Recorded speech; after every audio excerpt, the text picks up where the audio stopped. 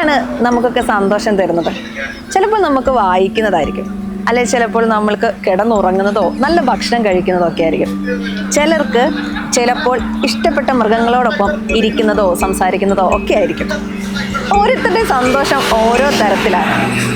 ഇന്നിപ്പോൾ നമ്മൾ മറൈൻ ഡ്രൈവിൽ ക്യൂൻസ് ബാക്ക് വേയിൽ ഇരിക്കുമ്പോൾ നമ്മൾ കണ്ട ഒരു കാഴ്ചയുണ്ട്.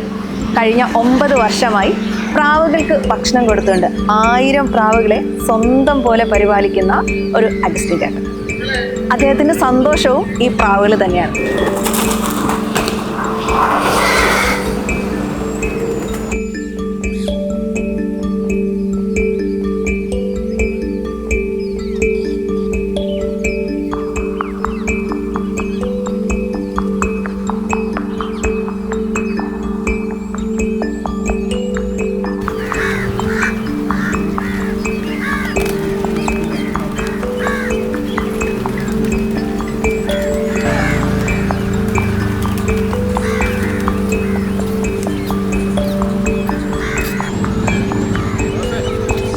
ലൈഫിൽ ഹാപ്പിയാണോ?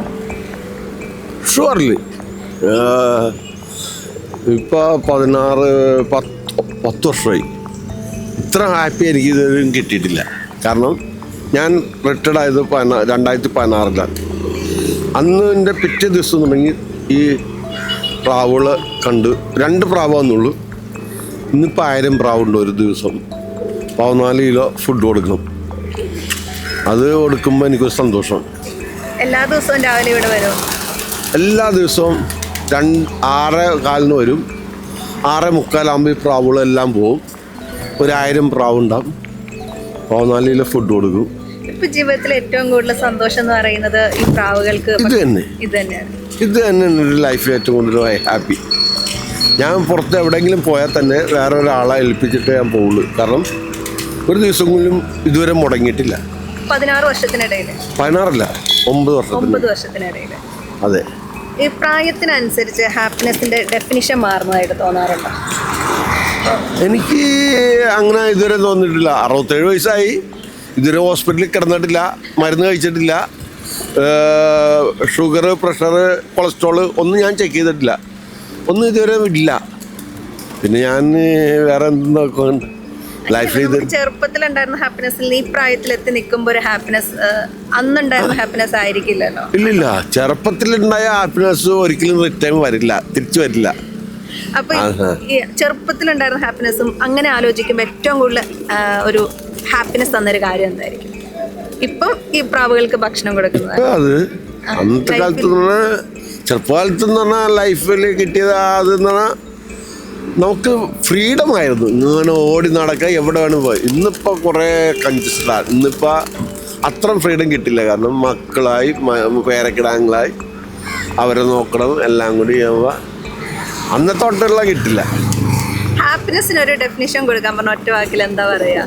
എൻ്റെ വീട്ടിലിരിക്കുന്നത് ആകെ 2, ഞാനും എൻ്റെ മകനും മരുമോളും ഒരു കൊച്ചു മാത്രമേ ഉള്ളൂ.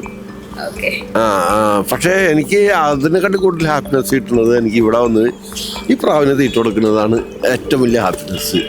ഇപ്പോഴത്തെ തലമുറയോട് ഹാപ്പി ആയിട്ടിരിക്കാൻ ഒരു അഡ്വൈസ് കൊടുക്കുകയാണെങ്കിൽ എന്ത് ചെയ്യണം എന്നായിരിക്കും നിർദ്ദേശിക്കുക? ഇപ്പോഴുള്ള തലമുറയ്ക്ക് ഹാപ്പി ആയിട്ട് കൊടുക്കണമെങ്കിൽ അവർ ഈ ലഹരി ആണ് ഇപ്പോഴത്തെ പുതിയ ലേറ്റസ്റ്റ് തലമുറയ്ക്ക് ഏറ്റവും മദ്യത്തിനെക്കാട്ടും കൂടുതൽ അവർ ഈ ലഹരിയോടെ സ്നേഹിക്കുന്നത്.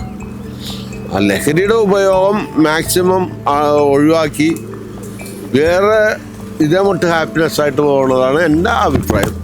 കാരണം ഞാൻ നിത്യം ഇവിടെ ലഹരി കഴിക്കുന്ന ആൾക്കാരെയാണ് ഞാൻ ഇവിടെ നിത്യം കാണാറുണ്ട്. കാരണം ഈ പ്രാവിന് തീറ്റ കൊടുക്കുമ്പോൾ ഡെയിലി ഇവിടെ ഈ നൈറ്റ് ലൈഫ് എന്ന് പറയും.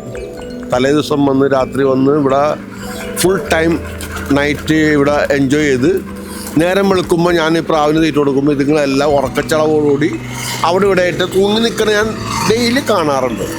സംബന്ധിച്ചിടത്തോളം ഭയങ്കര ഒരു മോശം പരിപാടി തന്നെയാണ്. കാരണം എവിടെയോ വരുന്ന പെൺകുട്ടികളും ആൺകുട്ടികളും നല്ല ഫാമിലിയിലുള്ള ആൾക്കാരാണ്.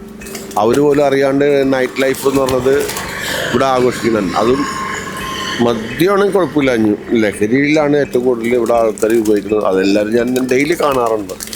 ഡെയിലി കഴിക്കുന്ന ആൾക്കാരെ എനിക്കറിയാം.